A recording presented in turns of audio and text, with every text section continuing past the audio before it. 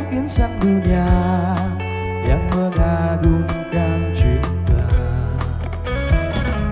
Betapa nikmatnya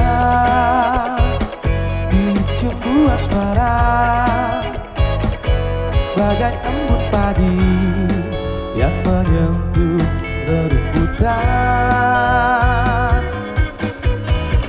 Cinta akan ku berikan bagi hatimu yang damai. Cintaku gelora asmara seindah membayung senja.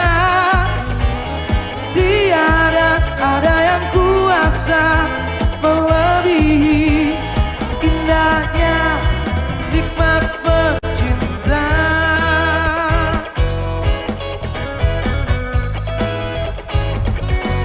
Hujan lagu bingkisan kalbuku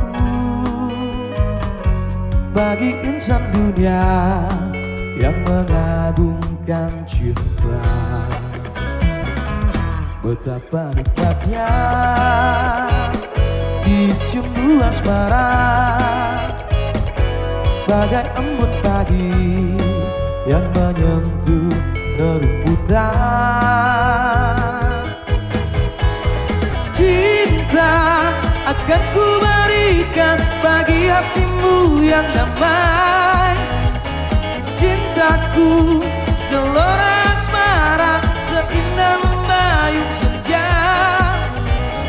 Tiada ada yang kuasa melebihi indahnya nikmat bercinta.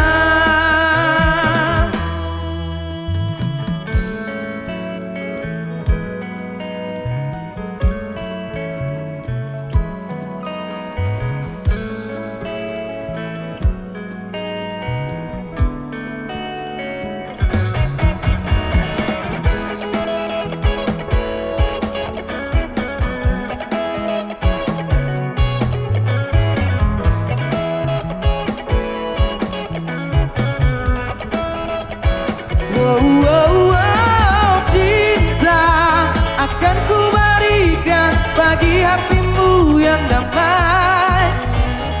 Cintaku gelora asmara seindah membayung senja. Tiada ada yang kuasa melebihi indahnya nikmat bercinta. Akan ku berikan bagi hatimu yang damai. Cintaku gelora asmara seindah membayung senja.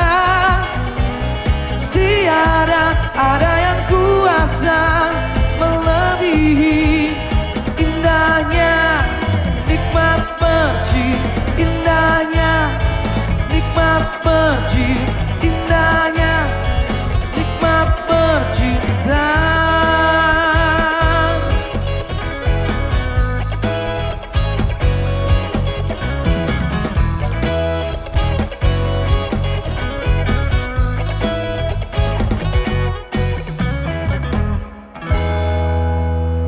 Ya, assalamualaikum warahmatullahi wabarakatuh. Apa kabar pemirsa TVRI Yogyakarta? Mudah-mudahan selalu kabar baik. Begitu juga dengan keluarga Anda, adik, kakak, mungkin ya, saudara-saudara, orang tua. Nah, ini dia nih. Orang tua ini adalah orang yang paling sayang dengan kita. Apapun dilakukan pastinya untuk kebahagiaan putra-putrinya. Nah, di waktu-waktu ke depan gitu ya, semakin bertambah usia, pastinya akan ada terkait dengan mungkin penyakit, penuaan, kemudian juga ini yang paling sering nih ya kalau kita berbicara mengenai proses penuaan, ini memang menyebabkan penurunan pada beberapa sistem tubuh termasuk di otak.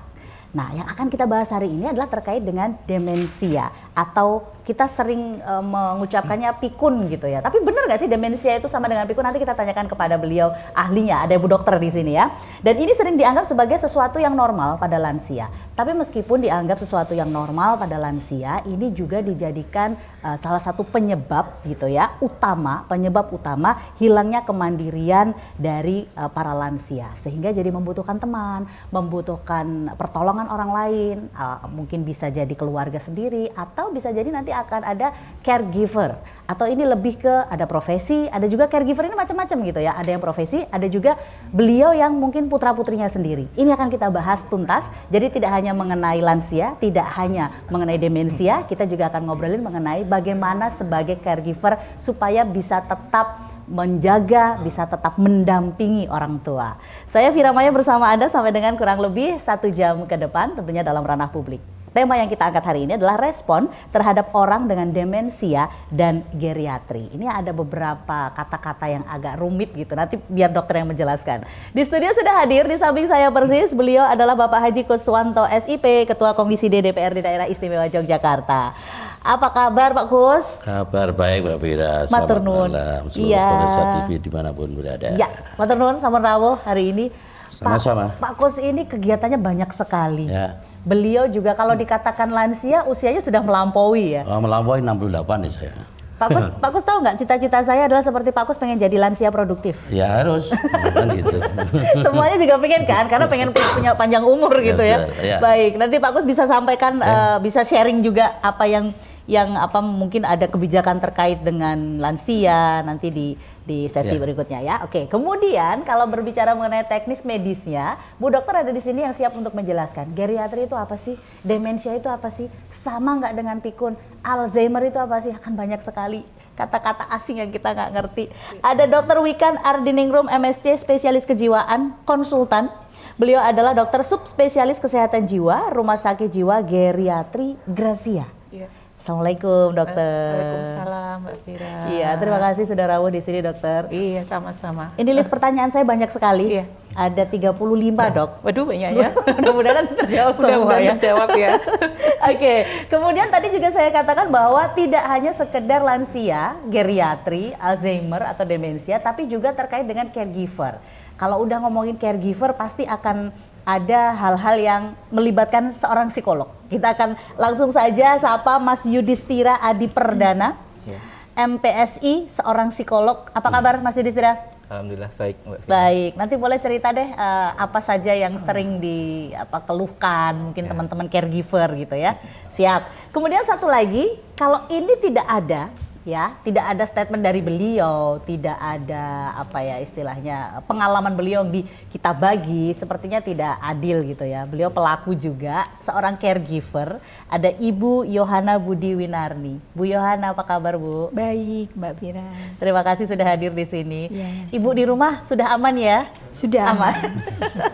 Beliau adalah seorang caregiver gitu ya. Caregiver itu apa sih Bu? Boleh disampaikan ke pemirsa, mungkin masih ada beberapa yang asing. Kalau caregiver itu artinya sebenarnya pemberi rawat, Pemberi jadi rawat. pemberi perawatan pada pasien, Oke. pasien sendiri nih. Iya. Tapi ada juga profesinya kan ya Bu? Ada, tapi saya kebetulan anak kandung ya. Oh oke, sebagai caregiver ibu sendiri gitu ya. Iya. Baik. Pak Kus, kalau kita berbicara mengenai respon terhadap orang dengan demensia dan geriatri, saya yakin pasti adalah kebijakan-kebijakan terkait dengan ini di di DIY gitu ya, mendukung pengelolaan kasus demensia, geriatri. Kalau kita ngomongin demensia pikun gitu Pak. Bagaimana Pak? Mungkin bisa disampaikan kepada masyarakat terkait dengan apa aja dukungan dari pemerintah terkait dengan ini Pak. Ya, terima kasih Mbak Vira. Berkaitan dengan demensia tadi, istilah lansia. Kalau berbicara lansia, secara payung hukumnya lansia terlantar. Nah, ini kan banyak juga lansia yang tidak diperhatikan anak-anaknya. Putra putrinya tidak memperhatikan walaupun mereka sudah sukses. Banyak terjadi seperti itu. Maka itu menjadi tugas pemerintah. Kewajiban pemerintah untuk melindungi lansia terlantar istilahnya seperti itu. Ini baru kita godok masalah perda, payung hukumnya lansia perda tentang perlindungan lansia terlantar. Oke, padahal ada putra putrinya. Iya, banyak yang seperti itu. Dan sebenarnya bisa ikut merawat ya Pak? Iya, tapi dibiarkan begitu saja akhirnya orang tua tersebut kasihanlah kehidupannya kan gitu. Oke, ini baik. merupakan tanggung jawab pemerintah daerah. Siap, dan Dewan mendukung dengan menggodok perda tersebut ya, supaya tidak ada lagi lansia-lansia terlantar yang tidak diinginkan. Oke baik, terima kasih Pak Kus. Saya mau ke Bu Dokter dulu. Bu Dokter, ini ada beberapa istilah yang geriatri, Alzheimer, demensia, pikun gitu. Itu apa aja sih Bu? Bedanya apa? Artinya apa gitu? Ya, Kalau pikun Mbak Vira, pikun mungkin istilah umum yang dipahami awam ya. Biasanya lansia yang sudah lupa itu biasanya mereka sebut pikun. Sedangkan demensia ini skupnya lebih luas. Jadi demensia tidak hanya terkait hilangnya memori. Ada di situ kemampuan untuk berkonsentrasi terganggu, mengambil suatu keputusan, kemampuan untuk berbahasa, mengekspresikan atau memahami pembicaraan seseorang terganggu, kemampuan untuk menentukan arah ataupun kemampuan beliau untuk memahami ekspresi seseorang ini sedang marah, sedang sedih, itu juga terganggu. Jadi demensia kita tidak berbicara hanya sekedar hilangnya memori.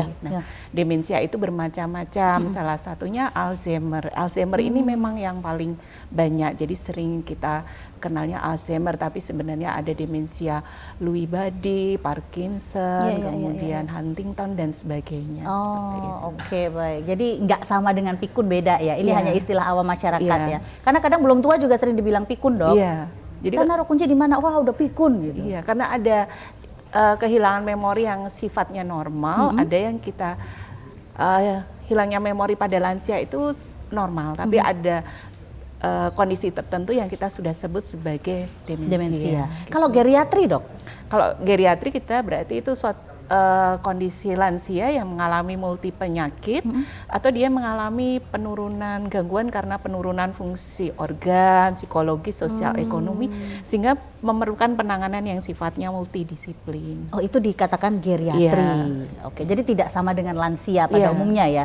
Kalau geriatri ini lebih kompleks karena dia memiliki beberapa penyakit yang akhirnya perlu penanganan lebih multidisiplin ini. Dan perlu orang lain. Akhirnya muncullah caregiver itu tadi. Oke, baik. Terima kasih dokter. Saya mau ke Mas Yudhistira dulu nih. Caregiver gitu. Perannya sejauh ini kalau misalnya kita ngomonginnya tentang geriatri ya. Karena kan urusannya dengan banyak penyakit yang beliau derita gitu ya. Seperti apa sih, Mas? Kalau perannya caregiver sendiri itu kan seperti tadi dijelaskan ya, ada penurunan fungsi kehidupan sehari-hari. Jadi caregiver ini sendiri ada beberapa yang bisa dilakukan. Salah satunya adalah dengan membantu, mendampingi juga pasien ini di kehidupan sehari-harinya untuk melakukan kegiatannya, mulai dari makan, minum. Lalu juga caregiver ini juga bisa untuk memastikan bahwa pasien ini minum obat secara rutin jika ada obat yang harus diminum gitu. Selain itu juga caregiver juga bisa menghubungkan pasien ini dengan lingkungan sosialnya. Karena bagaimanapun juga seperti berbagai contoh ya, kalau misalnya pasien ini misal nanti terus jalan-jalan kemana, itu kan juga kita perlu memberitahu lingkungan sosial bahwa beliau ini ada orang dengan demensia, jadi memang bisa saling membantu gitu. Jadi perlu juga bagi caregiver untuk menghubungkan pasien dengan lingkungannya, jadi biar tidak merasa sendiri, terus tidak merasa kesepian, seperti itu sih. Termasuk dengan keluarganya ya? Betul sekali. Sering nggak dapat, ini kan ngomongin kita psikolog gitu ya, berarti ada urusannya nih dengan psikologi gitu. Nah yang sering datang ke tempat Mas Yudhistira itu apa teman-teman caregiver yang sudah mau give up apa gimana? Kalau selama ini misal ketika sedang praktek di puskesmas itu memang ada caregiver yang sedang datang gitu, terus mungkin ya mengeluhkan tentang apa kondisinya gitu ya. Kondisi caregivernya sendiri. Kondisi caregivernya gitu, karena kan bagaimanapun juga itu membutuhkan tenaga, menguras waktu, pikiran juga gitu. Jadi yang kami tangani di sini adalah bagaimana biar caregiver ini masih bisa berfungsi gitu, bisa menangani stresnya, terus juga masih bisa membantu bagi pasien-pasien tersebut, seperti itu biasanya. Nanti cerita lebih lanjut ya, ada pengalaman apa sih dari pasien-pasien yang sering datang ke tempatnya Mas Yudhistira ya. Saya ke Bu Yohana dulu. Bu Yohana ini adalah seorang caregiver untuk ibu kandung sendiri. Usia nuwun sewu, ibu berapa usia? Ibu saya umurnya 85. 85? Iya. Oke. Demensia dengan banyak penyakit penyerta atau apa aja? Iya, bisa cerita, kalau Bu? seperti yang disampaikan Dokter Wikan, berarti ibu saya geriatri maksudnya. Geriatri. Karena ibu ada penyakit penyerta, itu ibu saya pasang ring, kemudian ada kolesterol, kemudian ada diabetes sedikit, nggak terlalu parah, dan juga ada penyakit seperti ya itu tadi kayak asam urat gitu. Jadi memang kalau pendampingannya tidak ada itu tidak mungkin, jadi harus didampingi karena kepatuhan minum obatnya gitu. Oh iya betul. Nah yang menjadi masalah itu awal-awal waktu saya mendampingi itu ibu saya minum obatnya itu double gitu. Double itu karena Jadi, penyakitnya ada banyak terlalu komplikasi atau gimana? Bukan, karena sebelumnya kan saya tidak tinggal bersama Oh, ibu. Jadi saya tinggal di kota lain, Iya. kemudian saya pulang untuk merawat ibu. Iya. Nah, ibu sudah biasa sendiri berdua dengan ayah saya sebelum meninggal. Iya. Jadi kebiasaan ibu berobat sendiri ke rumah sakit. Iya. Jadi ketika sudah saya berikan obat, ibu saya mencari obat ke rumah sakit juga gitu. Oh gitu.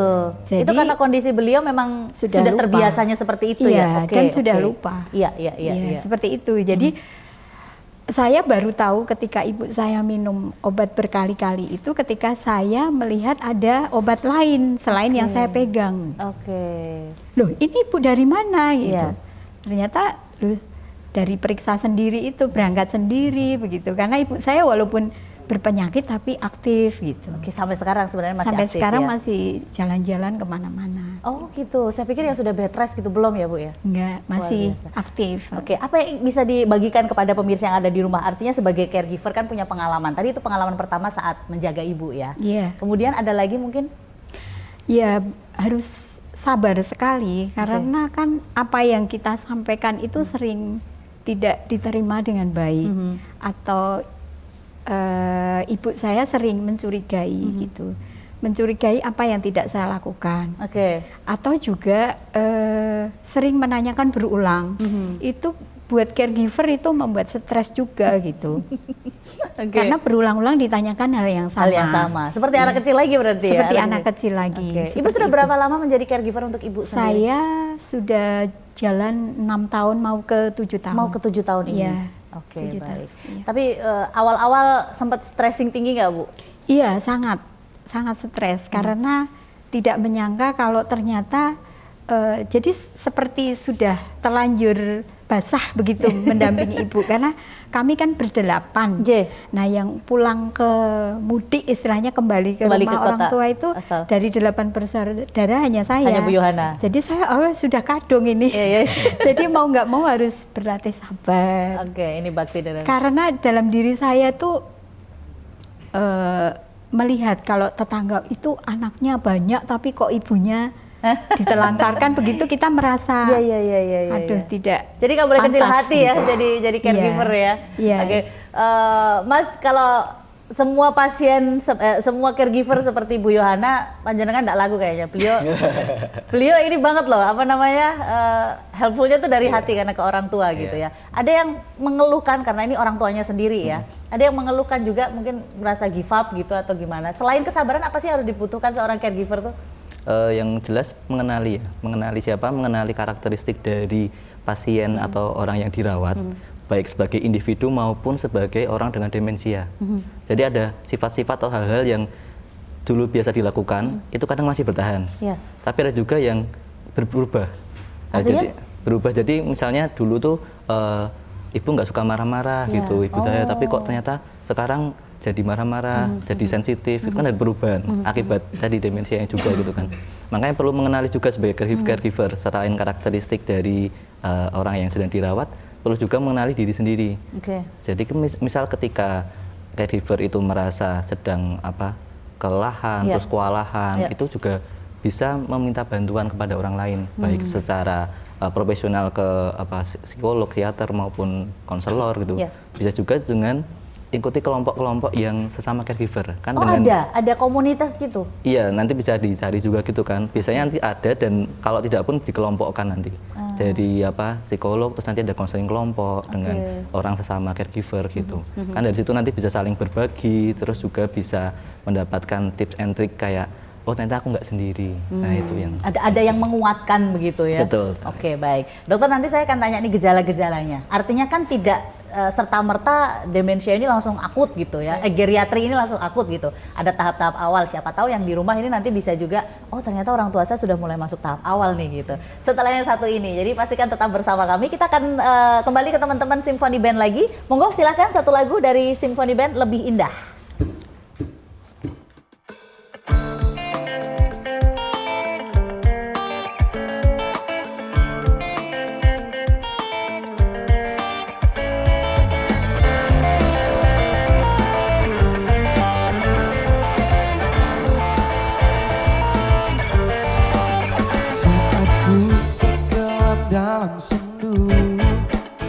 Waktu pun enggan untuk berlalu.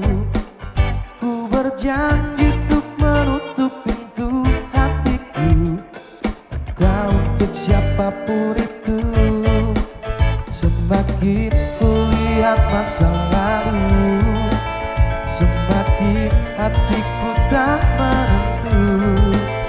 Tetapi satu sinar terangi jiwaku saat ku melihat senyummu.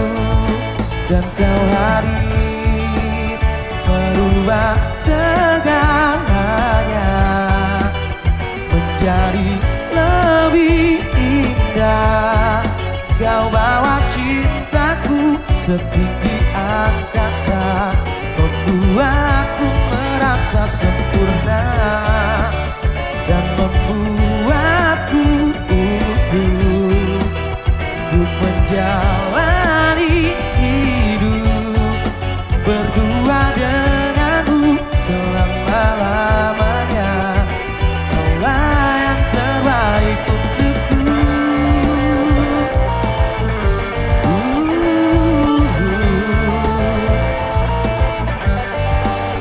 Diriku ingin hentikan waktu bila kau berada di dekatku. Bunga cinta bermekaran dalam jiwaku, dan ku petik satu untukmu. Dan kau hadir merubah segalanya menjadi lebih indah. Kau bawa cintaku setinggi angkasa, membuatku merasa sempurna dan membuatku utuh untuk menjalani hidup berdua denganmu selama-lamanya. Kaulah yang terbaik untukku. Ku percayakan seluruh hatiku padamu, kasihku, satu janjiku. Kaulah yang terakhir bagiku.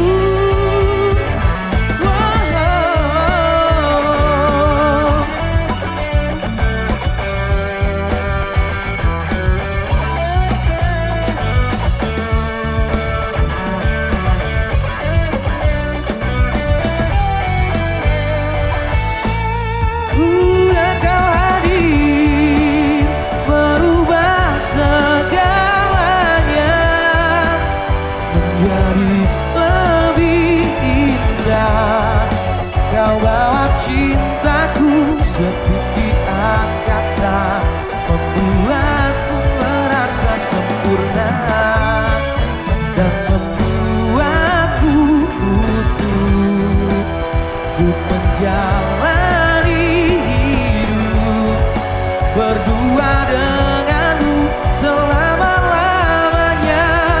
Kaulah yang terbaik untukku, yang terbaik untukku.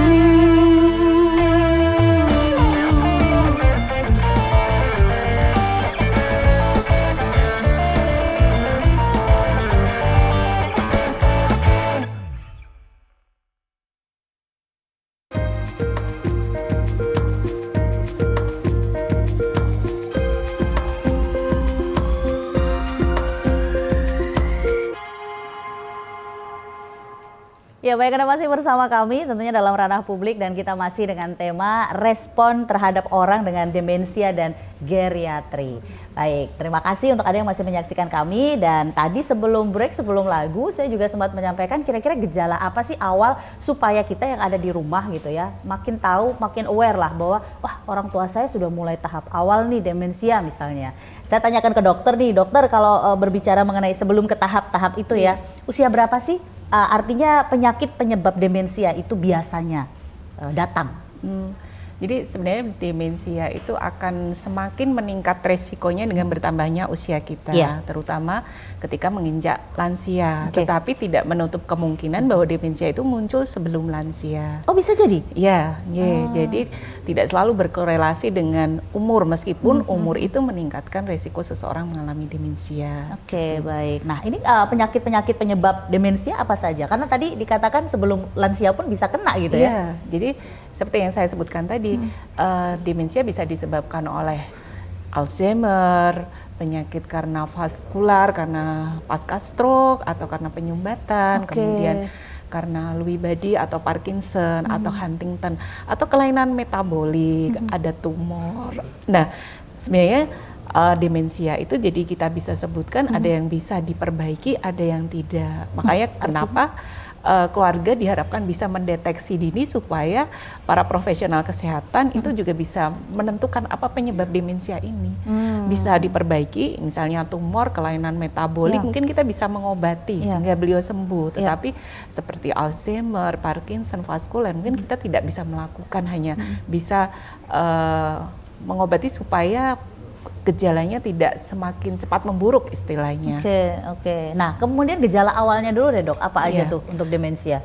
Biasanya gejala awal yang muncul pertama kali itu malah perubahan perilaku atau kepribadian. Jadi biasanya beliau seperti yang dikatakan Bu Yohana, mungkin mulai curiga, marah-marah. Itu biasanya setahun atau 10 bulan sebelum beliau mulai masuk ke gangguan memori biasanya. Jadi 10 bulan sebelumnya itu sudah mulai ada? Mungkin bisa seperti itu. Jadi orang melihatnya, kok ibu saya mulai marah-marah, suka mengambil barang, kemudian berubah perilakunya, mulai pendiam, banyak sedih.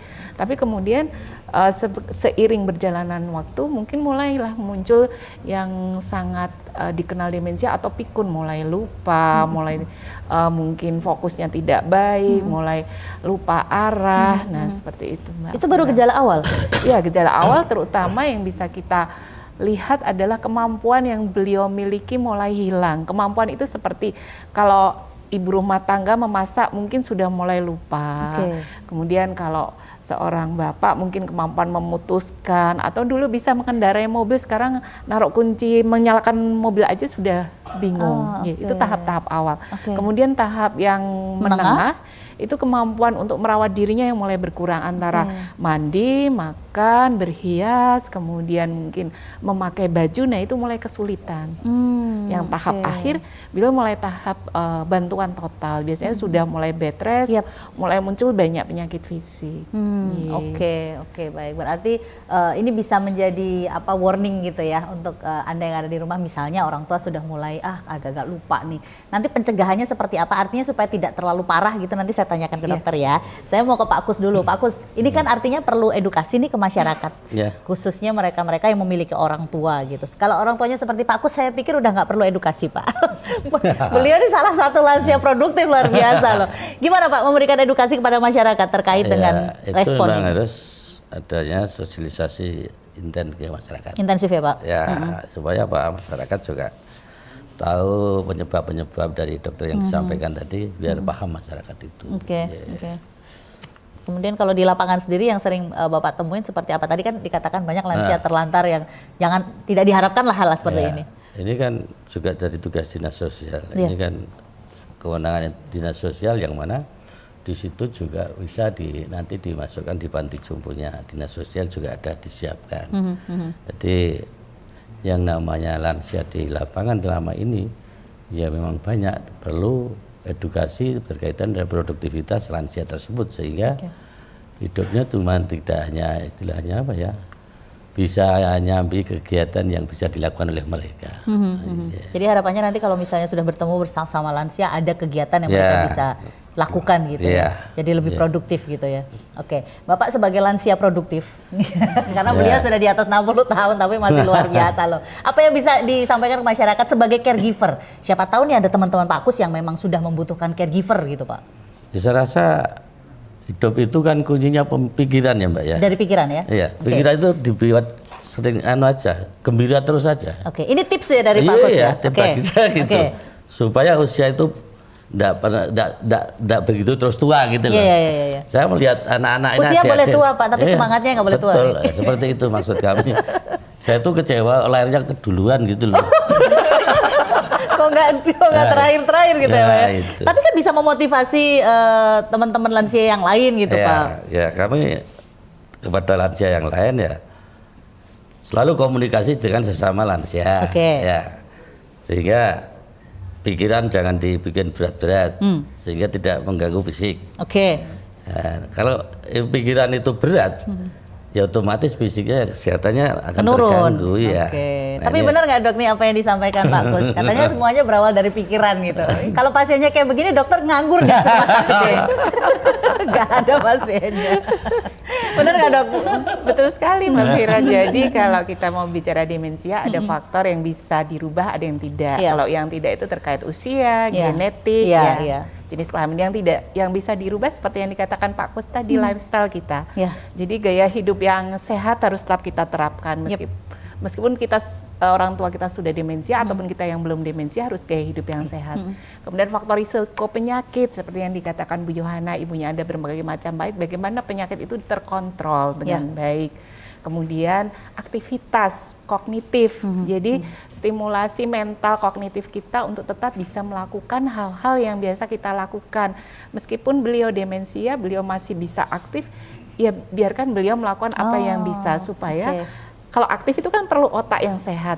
Ada bagian yang otak yang sehat itu masih terpelihara dengan baik, tidak ikut rusak karena kemudian beliau menjadi tidak aktif kan, jadi ikut rusak. Kemudian kata Pak Kus tadi, suasana hati yang bahagia itu betul sekali. Jadi seseorang yang depresi itu meningkatkan resiko terjadinya demensia. Depresi pada lansia itu meningkatkan resiko. Jadi bagaimana kita mempertahankan suasana perasaan hati kita untuk selalu positif. Kemudian interaksi sosial, dikatakan interaksi sosial hubungan dengan orang lain itu meningkatkan sel-sel saraf kita untuk semakin tebal istilahnya. Jadi itu semakin baik. Karena dipakai terus gitu ya untuk bersosialisasi, buat mikir gitu ya.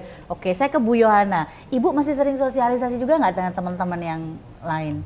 Dengan Ibu komunitasnya saya sebenarnya ingin sekali, tapi kemarin sudah cukup lama nggak bersosialisasi karena pandemi. Nah saat pandemi itu saya benar-benar sudah sangat stres itu, jadi harus gembok pagar supaya tidak keluar rumah, menjaga jangan sampai bertemu orang. Betul, karena beliau rentan sekali ya harus pakai lansia. masker, dan ternyata masih kena juga ibu saya, tapi tidak apa-apa. Seperti itu. Jadi untuk sosialisasi sebenarnya saya ingin sekali ibu saya bisa bertemu orang lain gitu. Tapi karena kesadaran dari teman-teman ibu saya sendiri bahwa wah kalau ke rumahnya nanti aku ditanya berulang-ulang itu sudah membuat males gitu. Jadi apa ya, belum kondusif lah situasi pemahaman masyarakat tentang demensia. Artinya tema kita ini respon terhadap orang dengan demensia dan geriatri ini pas ya. Artinya ini harus ada positifnya, jadi respon positif gitu ya Bu ya. Jadi sejauh ini rekan-rekan masih menganggap jangan kesana lah nanti kenapa-napa gitu, nanti sebagai ditanya-tanya. contoh, gimana Bu? kalau saya sangat kerepotan, kadang saya ingin menitipkan sebentar ibu saya ke tante saya, yang mungkin sudah lebih muda dari Pak Kus. Lebih muda. Tapi beliau bilang, aduh saya jangan dititipi, saya nanti darah tinggi gitu. Ini pengalaman loh, ini pengalamannya Bu Yohana. Kemudian? Iya, jadi memang sangat berat mendampingi orang dengan demensia itu gitu. Jadi sepertinya mereka baik-baik saja, tapi ternyata kita harus 24 jam mengawasi, karena saya kalau boleh dikata saya hampir tidak tidur ya, karena pola tidurnya itu kan berubah. Betul. Kalau malam justru bangun, kalau siang tidur. Jadi pada saat kita malam itu kita beraktivitas, kita tidur, beliau beraktivitas. Jadi sering sekali saya tidur itu hanya setengah tidur saja. Karena takut ibu saya keluar rumah, karena bisa membuka kunci dan bisa keluar. Ke jalan kemana. Ibu, saya yakin stressingnya akan sangat berat sekali. Gimana Ibu merilis stressing itu? Ya, untuk merilisnya saya melakukan hal yang saya suka. Gitu. Terus kadang-kadang saya itu saja sih, karena saya hanya di sekitar rumah dan tidak kemana-mana, sehingga saya hanya melakukan apa yang saya suka. Saya suka membuat pernik-pernik, atau saya suka menulis atau membaca. Atau merawat anak-anak, karena saya ada anak-anak di rumah. Oh, masih ada. Berarti dalam satu rumah tidak hanya bersama dengan ibu saja ya? Iya, ada anak-anak yang masih kecil, masih harus di... Oke. Tapi sebagai caregiver di Nun Sewu ya, dengan kondisi ibu yang ada kakak, ada adik gitu, berdelapan bersaudara gitu ya, tidak ada istilah untuk bulan ini di mana seperti teman saya gitu. Teman saya punya orang tua juga, tapi berasa orang tua bulan ini di sini, besok ke kamu ya Mas dan segala macam gitu. Kalau di Bu Yohana sendiri seperti apa? Kalau melihat kondisi keluarga saya sepertinya tidak mungkin ya. Karena pernah dipraktekkan dulu waktu tahap-tahap awal demensia ibu itu, kalau sudah di tempat saudara selalu pingin pulang. Kalau waktu awal itu masih bisa menjawab dengan logis ibu saya ketika ibu pindah ke Bogor aja, karena kami berdelapan di Bogor semua. Wah, itu bukan duniaku begitu. Jadi terpaksa ya harus mengalah, ada yang pulang. Gitu. Jadi tidak bisa dilepaskan dari lingkungannya ya, lingkungan sosialnya ya. Oke, baik. Mas, ini seorang psikolog nih, tidak hanya caregiver dan juga apa saja cerita-cerita mungkin yang sering datang ke panjenengan gitu ya, caregiver, cerita tentang apa? Ini kan sudah ada sepenggal cerita. Ada lagi nggak cerita lain terkait dengan caregiver yang mungkin dia profesi mungkin atau memang menjaga orang tuanya langsung? Apa aja pengalaman pasien-pasien panjenengan? Oke, kalau yang pernah ditangani itu biasanya memang dari keluarga ya, kerabat gitu. Tapi memang keluhan terbesarnya adalah masih kurang ini pemahaman masyarakat bahwa sebenarnya kan ada satu pemahaman yang memang perlu kita semua punya ya, bahwa dalam merawat atau menangani orang dengan demensia itu tuh bukan hanya tugas satu orang saja, tapi tugas bagi setiap orang yang ada di lingkungannya gitu. Itu sebenarnya perlu kita semua pahami, karena seperti tadi kalau misalnya keluar dari rumah itu juga sebenarnya nggak cuma tanggung jawab kita, tapi juga tetangga, lingkungan juga, jadi bisa saling menjaga gitu. Cuma masalahnya kan kadang ada yang terus merasa berat gitu ya, kayak wah jangan titipin saya kata contohnya gitu karena ada satu hal gitu. Tapi ada pasien Mas Yudis caregiver yang juga seperti itu? Ada juga gitu, ada yang memang kesulitan, jadi kan memang perlu ya caregiver itu juga menyempatkan untuk bersosialisasi maupun juga melakukan kegiatan yang menyenangkan. Tapi karena terus 24 jam bersama dengan yang dirawat, itu kesulitan kalau misalnya harus melakukan aktivitas lain gitu. Ketika minta bantuan, sulit juga karena nggak ada yang mau, karena kondisinya seperti itu, tahu oh itu kalau ibu merawat nanti dititipi kok sebenarnya repot gitu. Itu kan juga masih kurang kesadaran gitu kan. Pada akhirnya juga bisa meminta tolongnya ya ke ahli profesional atau profesi gitu sih.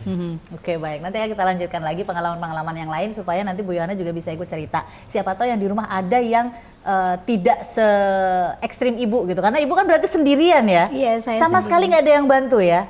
Ada ART di rumah, tapi dia tidak bisa menginap. Jadi hanya setelah bersih sudah pulang. Jadi mau tidak mau single fighter nih beliau nih. Oke, nanti kan kita lanjutkan lagi obrolan kita. Tetap bersama kami tentunya dalam Ranah Publik. Kami kembali setelah jeda berikut.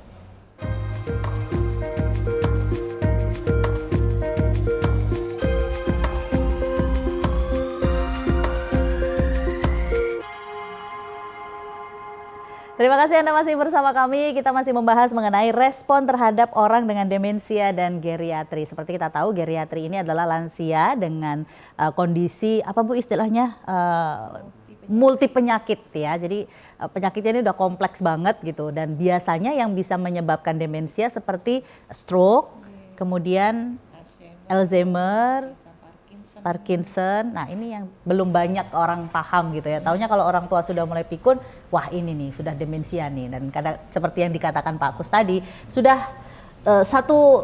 solusinya adalah ke panti jompo gitu ya. Aduh, ampun. Coba ditiru Bu Yohana dong. Bu Yo, ada yang disampaikan monggo. Kalau seperti pernyataan Pak Kus tadi, Gimana bahwa tuh? itu tugas dinas sosial, saya bisa pensiun dong Pak. Bisa istirahat. Bisa istirahat sebagai caregiver ya. Jadi seharusnya seperti apa tuh? Ya, mungkin kalau harapan saya sih, saya ini kan baru tahu bahwa lansia dengan ODD ini ternyata ada yang bisa menangani gitu. Misalnya ada komunitas-komunitas yang didampingi oleh Mas Yudis. Ya. Kemudian bahkan ada rumah sakit Gracia, Pakem. Saya pikir rumah sakit Gracia itu kan rumah sakit kejiwaan ya. Kejiwaan yang memang orang schizofren dan sebagainya. Jadi bukan demensia. Ketika saya tahu bahwa Gracia itu merawat demensia dan bisa berkonsultasi, ya bagus sekali. Cuma saya jauh sekali gitu. Nah, kalau mungkin Pak Kus bisa melobi ya. Ada lobby yang buka Demensia cabang nih. Center itu penting menurut saya. Jadi kita yang di kampung, jadi saya termasuk di kampung ya. Ibu di mana nuwun sewu? Saya di Kecamatan Bambang Lipuro. Oh ya. Itu masih Jauh ya Bu, di Bali ya Bu ya? Bambang Lipuro. Iya, itu pemahaman mengenai demensia itu masih sangat minim. Jadi banyak orang tidak mengerti sehingga stigma negatif terhadap demensia pun masih saya alami gitu. Seperti misalnya apa Bu? Ya, ketika ibu saya mengambil meja tetangga. Iya. Itu berkali-kali sudah saya sampaikan tapi masih diambil juga karena merasa itu miliknya gitu. Iya. Akhirnya tetangga dengan saya kan menjadi itu kok orang tuanya nggak dikasih tahu gini. Seperti itu kan kita juga waduh hanya masalah meja tapi seperti ini gitu. Karena masyarakat belum paham. Nah, terkait demensia. Nah, di posyandu lansia itu sudah semua hampir ada ya di setiap pedukuhan kalau nggak salah.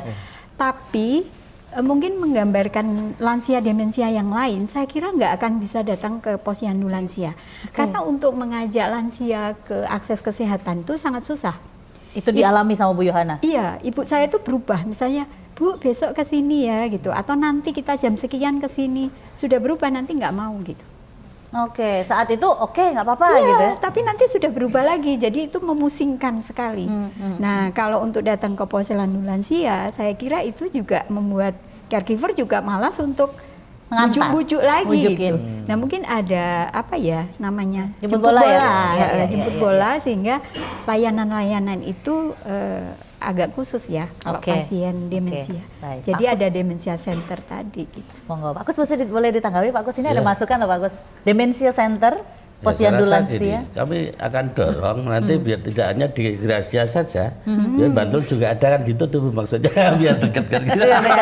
Bukan rumah sakit Gracianya yang dikasih cabang enggak, tapi demensia center mungkin dibikin demensia center tadi kan cuma ada di sebelah utara Gracia itu kan.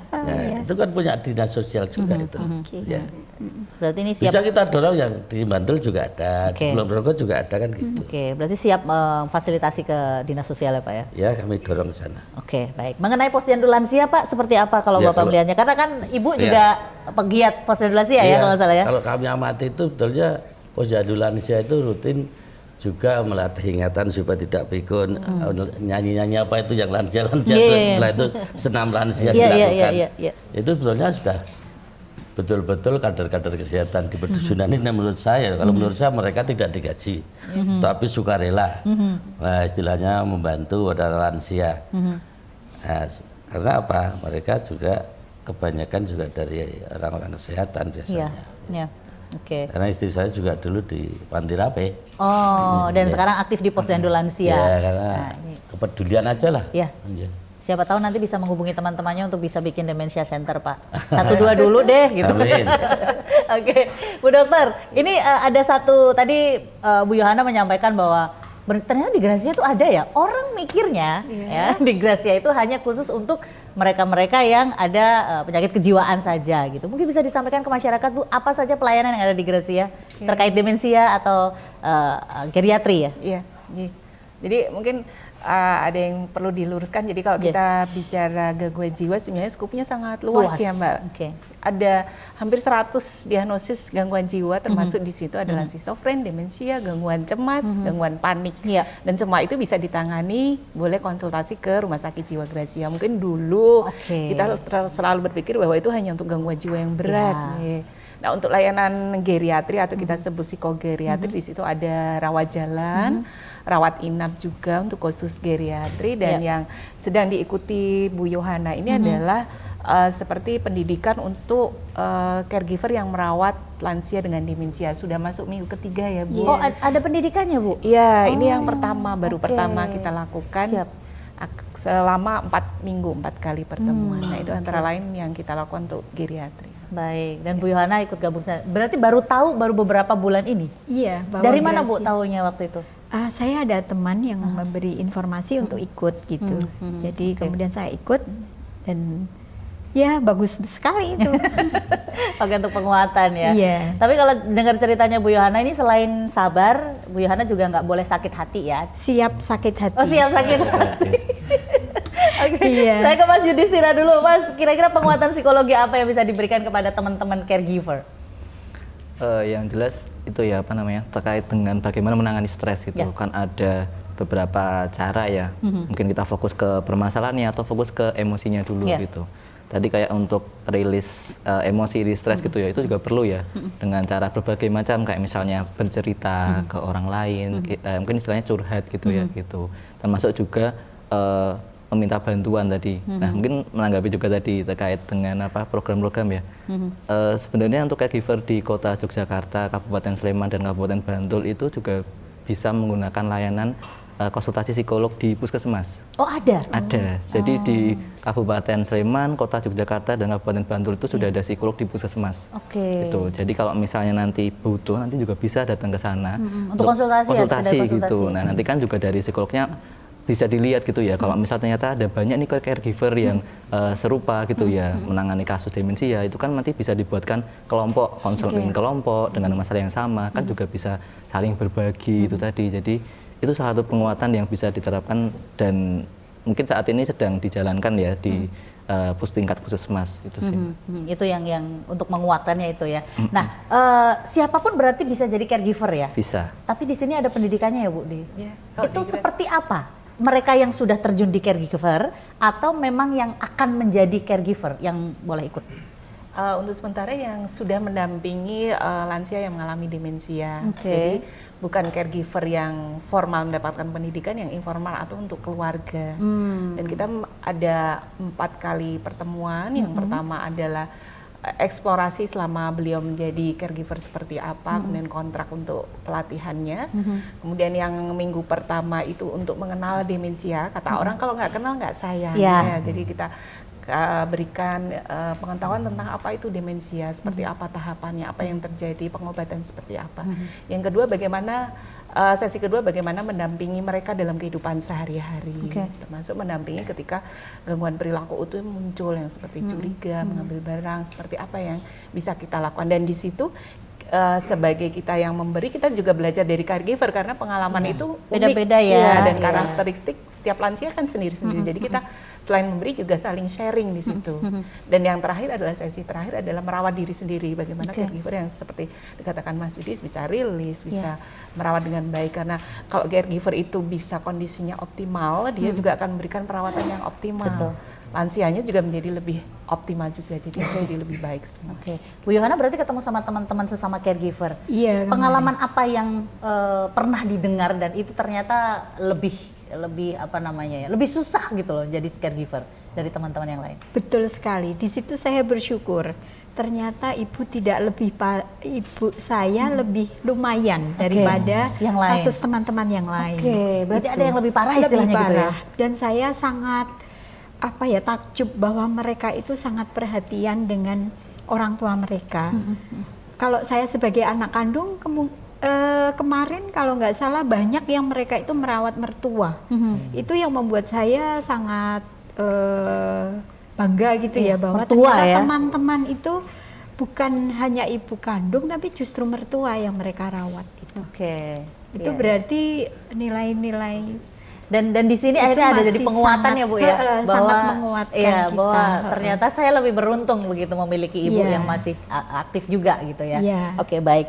Pak Kus, tadi sepertinya tidak hanya caregiver yang butuh sekolah Pak, tapi masyarakat di sekitar juga perlu edukasi Pak, supaya sekali lagi tidak terjadi hal-hal yang tidak diinginkan. Masalah ngambil meja akhirnya yang dimarahin Bu Yohana gitu ya. Misalnya loh, ini misalnya. Menurut Pak Kus seperti apa? Saya setuju yang disampaikan Mas Yudis, Bu Yohana tadi betul, bahwa bagi demensia itu juga tidak hanya tanggung jawab dari keluarga, masyarakat juga ikut tanggung jawab, sehingga mereka juga harus berpikir ke depan, kita nanti juga seperti itu kan, harusnya kan begitu. Sehingga tidak terjadi seperti Bu Yohana tadi, cuman pindah meja dipindah aja marah-marah kan gitu Bu. Nah, itu diberi edukasi kepada masyarakat memang tujuannya semua ke sana. Oke. Baik. Pemahaman lah terhadap masyarakat. Siap. Dan Pak Kus siap selain menjadi contoh lansia yang produktif, beliau juga siap untuk mengedukasi masyarakat terutama yang ada di lingkungan caregiver gitu ya Pak ya. Sebetulnya kan gini Mbak Fira. Gimana Pak? Apapun yang kita tanam sekarang itu kita nanti ngunduhnya ke belakang. Ya. Sepanjang kita itu sadar ke sana, saya rasa yang punya orang tua itu mesti sayang pada orang tuanya. Oke, baik. Terima kasih Pak Kus. Sama-sama. Sehat selalu untuk Pak Kus. Alhamdulillah. Artinya kita tanam sekarang, kita tuai besok yang baik. Jadi kalau pengen tua yang baik ya tanam sekarang yang baik. Gitu. Dokter, terima kasih untuk informasinya. Mas Yudis juga matur nuwun. Jangan pernah lelah untuk mendampingi teman-teman caregiver yang sudah mulai give up ya. Kemudian juga Bu Yohana. Semangat terus Bu, sehat untuk panjenengan. Salam untuk Ibu. Iya, nanti disampaikan. Iya, dan demikian tadi pemirsa terkait tema kita yaitu mengenai respon terhadap orang dengan demensia dan geriatri. Apa yang disampaikan oleh Pak Kus, kemudian Dr. Wikan, Mas Yudis dan juga Bu Yohana mudah-mudahan bisa menambah wawasan kita terkait dengan seperti apa caregiver, seperti apa demensia, bagaimana kita harus bersikap dan memiliki respon positif terhadap geriatri dan demensia. Dan mari berikan respon yang baik kepada orang dengan demensia dan geriatri. Saya Fira Maya dan seluruh kerabat kerja mohon undur diri. Sampai jumpa lagi. Salam sehat untuk kita semua. Wassalamualaikum warahmatullahi wabarakatuh.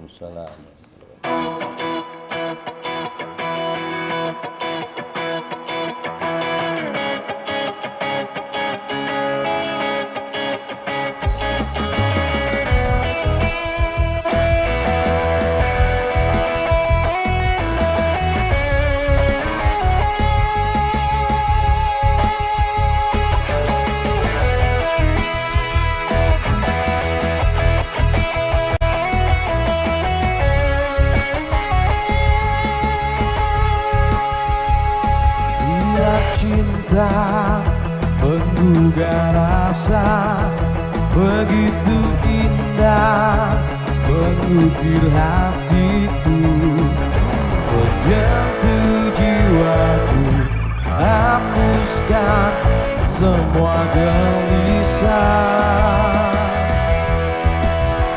Duhai cintaku, duhai pujaanku, datang padaku, tetap di sampingku. Ku ingin hidupku selalu dalam peluknya. Terang saja aku menantinya, terang saja aku mendambanya, terang saja aku merindunya, karena dia begitu indah.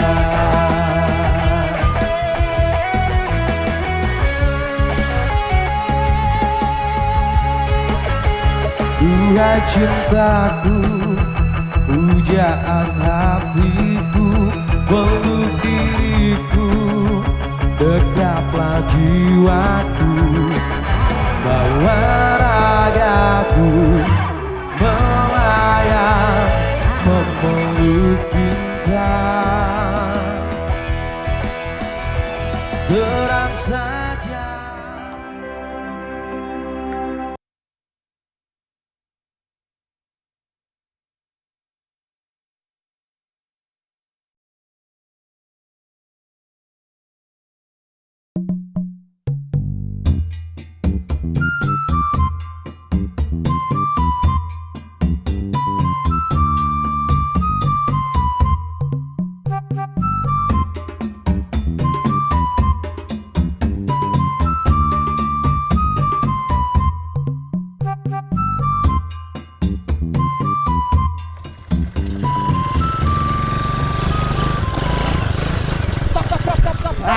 Waduh.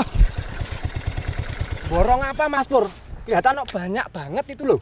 Waduh, kamu tuh makannya yang update. Ini loh, saya tuh lagi borong susu formula. Tahu nggak? Istri saya itu habis melahirkan. Jadi kebutuhan susu harus mencukupi. Itu loh. Lah apa kebutuhan susu istri Mas Pur itu belum mencukupi Mas Pur? Waduh, kamu tuh nggak dong-dong kok. Ini bukan masalah cukup dan tidak cukup, tapi masalahnya biar stoknya banyak, semuanya bisa tercover gitu loh. Iya ya Mas Pur, keluarga Anda itu kepecutan. Kecukupan Mas Pur. Wah, Jan kamu tuh gini loh, tak jelasin sini tau, makanya deket sini loh. Anak kecil itu, bayi itu kalau dikasih susu formula seperti ini, perkembangannya bagus, biar cepet gede, gizinya terpenuhi. Itu paham? Paham Mas Pur. Minggir. Wah, ganggu saya tuh. Ditunggu istri saya. Wah, bisa dimarahi habis-habisan ini. Nyegat. Minggir.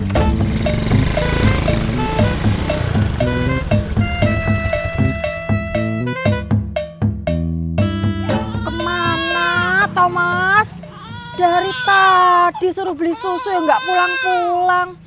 Iki lho anak wes nangis, belum minum. Wah, ngelak. Mesti ditinggal mancing. Awas mengko nek bali. Rasakno.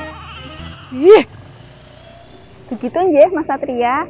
Kita harus banyak mengedukasi dan memberikan sosialisasi kepada masyarakat tentang pentingnya ASI eksklusif bagi ibu dan bayi. Nggih, siap Bu Bidan. Iya Bu Bidan, kemarin itu saya dengar info kalau istrinya Mas Pur Segi itu baru saja melahirkan Bu Bidan. Oh ya? Kalau begitu mari kita jenguk sekalian melihat kondisi ibu dan bayinya juga. Ayo, sekarang kita ke sana Bu Bidan. Oke, ayo.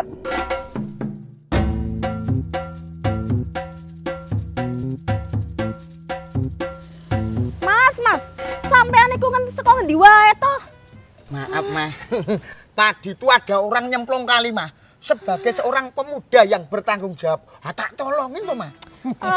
Nulungi. Paling ya mbok tinggal mancing. Hok toh? Nah, piye toh, Mah? Lah ikannya itu menggoda banget loh, Mah. Selamat pagi. Bu Bidan. Ada apa ini? Ada apa ini kok ribut-ribut? Ini loh, Bu.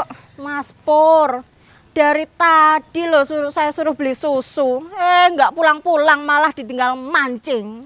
Lah emangnya beli susu apa, Bu? Itu loh, Bu, susu formula. Begini, Bu. Sebenarnya pada bayi usia 0-6 bulan tidak dianjurkan untuk meminum susu formula, kecuali ada indikasi medis. Seharusnya bayi 0-6 bulan hanya meminum ASI eksklusif saja. Loh, emang kenapa toh, Bu? Itu sama-sama susu loh, Bu. Awang di sekitar sini tuh juga banyak yang menggunakan susu tambahan, malah formula lagi, ya kan? Nah, itu Mas Pur. Memberi susu formula pada bayi usia 0-6 bulan itu adalah budaya yang keliru. Lah, terus kalau ASI eksklusif itu apa, Bu? Terus kok kita nggak boleh ngasih susu formula?